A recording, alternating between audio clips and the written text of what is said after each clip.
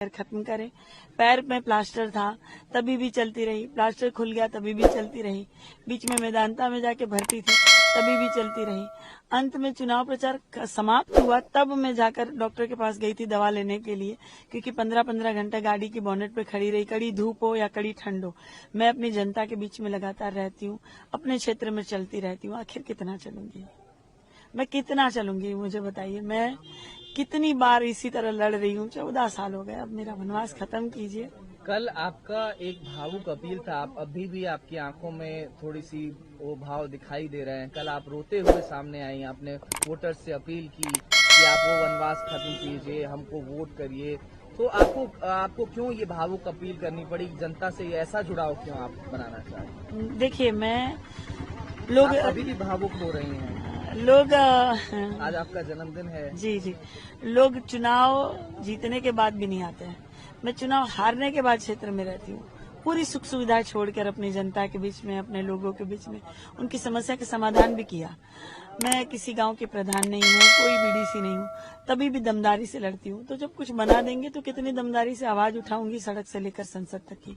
हाँ, अपने परिवार से अपील करने के समय थोड़ी भावुक हो गई, क्योंकि मुझे ये लग रहा था कि सर्व समाज मुझे वोट दे रहे हैं और निषाद समाज भी दे रहे हैं, फिर भी कुछ जगह ऐसे हैं कि मुझे अपने परिवार से अपील करनी पड़ रही है। तो कोई अपने परिवार से अपील करेगा तो भावुक हो जाएगा थोड़ा। आप लोग कांग्रेस पार्टी के साथ अलायंस में चुनाव लड़ रहे हैं। आज मुख्यमंत्री जी ने वोट डालने के बाद मीडिया इंटरेक्शन की, उसमें उन्होंने कहा कि आज आपकी रिव्यू मीटिंग हो रही है दिल्ली में, वोटिंग के बाद ही आप लोग अलग अलग हो जाएंगे, कई फाड़ हो जाएंगे इंडिया अलायंस के। वो लगातार आक्रमण कर रहे हैं आप लोग।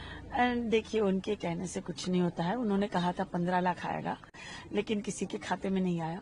उन्होंने कहा था 2022 से पहले पक्का मकान बनेगा, 2022 से पहले 100 स्मार्ट सिटी बनेगी, किसानों की आय दुगनी हो जाएगी, और गोद लिए हुए गांव जो है वो उनका विकास हो जाएगा। लेकिन ऐसा कुछ हुआ नहीं, काला धन वापस आएगा। ऐसे बहुत सारे वादे जो उन्होंने बोले और नहीं हुआ। तो उनके बोलने से कुछ नहीं होता है, उनकी कथनी और करनी में जमीन आसमान का फर्क है। जनता समझ रही है। रवि किशन जी कह रहे हैं कि पिछली बार से ज्यादा मार्जिन से वो इस बार जीतेंगे, 2019 से ज्यादा मार्जिन 2024 में मिलेगा। आप लोग 2018 की जीत दोहराने वाली बात कह रहे हो, तो दोनों में किस पर भरोसा किया जाए? जनता किन मुद्दों पर? माननीय सांसद जी कहते हैं कि गरीबों के और निषादों के पसीने से बदबू आती है, तो गरीब और निषाद उनको वोट क्यों दे? माननीय सांसद जी कहते हैं कि हम साधु बन जाएंगे, हमको डर लग रहा है, हम हिमालय चले जाएंगे। तो जनता क्या आपको हिमालय खोजने आएगी? जब हिमालय ही जाना है तो कुर्सी का मोह छोड़ दीजिए। तो फिर आप राजनीति क्यों कर रहे हैं? फिर आप जो है वो चुनाव क्यों लड़ रहे हैं? वो बाहरी है, जौनपुर के हैं, मैं घर की हूँ, मैं यहाँ की लोकल हूँ, बहुरिया हूँ। हम पूछते भी है सवाल कि माननीय सांसद जी को कहीं देखी हो बहनी? तो कहती है बहनी देखले आई, टीवी में नाचत गावत देखले आई, वैसे तो नहीं देखी हूँ। तो ये सारी जो चीजें हैं जनता समझ रही है। जनता अब तो भोजपुरी में बतिया के लोग से अपील करते हमें, गाना गावत हमें जगह जगह की रवि किशन के वोट दिहल जाओ।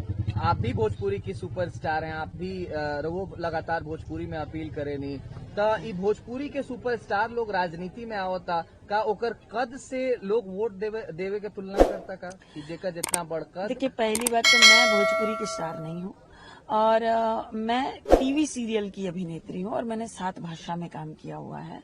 और रही बात भोजपुरी की, तो बिल्कुल यहाँ की जो है वो मीठी भाषा है और हमारे संस्कृति है। भोजपुरी भाषा हमारी भाषा है, बोली है, तो हम सब बोलते हैं।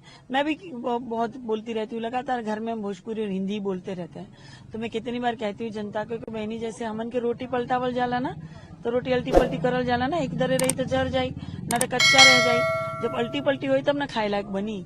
वही दरे सरकार जब अल्टी पल्टी हुई तब सरकार के दहिया में डर बैठी, तब सरकार काम लायक बनी। देखिए, जैसी बर देखा हुआ आई तो का पूछल जाला, बर देखा हुआ आई तो पूछल जाला कि लड़का कितना कमाता, कौन नौकरी करता, कितना पढ़ल लिखल बा। ई न पूछाई, ई ना पूछाई कि लड़का कितनी बार कावड़ ढोले बा, समझी जी बताई तनी लड़का कितना राम राम जपता, क्वालिफिकेशन में लिखी तनी कितनी बार अयोध्या सीढ़ी चढ़ले बा। ई ना पूछाई। क्वालिफिकेशन में, प्रोफेशन में लिखाएगा कि लड़का कितना पढ़ा लिखा है और कितना रोजगार कर रहा है। तो जरूरी बा पढ़ाई लिखाई, रोजगार, मुद्दा जरूरी है, जिस पर भारतीय जनता पार्टी बात नहीं करती है। इस बार ये रोटी अल्टी पल्टी होगी? इस बार रोटी जो जल रही है आपके अनुसार वो रोटी अल्टी पल्टी हो पाएगी? बिल्कुल, इस बार 1 तारीख को आशीर्वाद देंगी जनता हमको, जन्मदिन का बटन दबाकर साइकिल का रोटी को उल्टी पल्टी कर देगी जनता।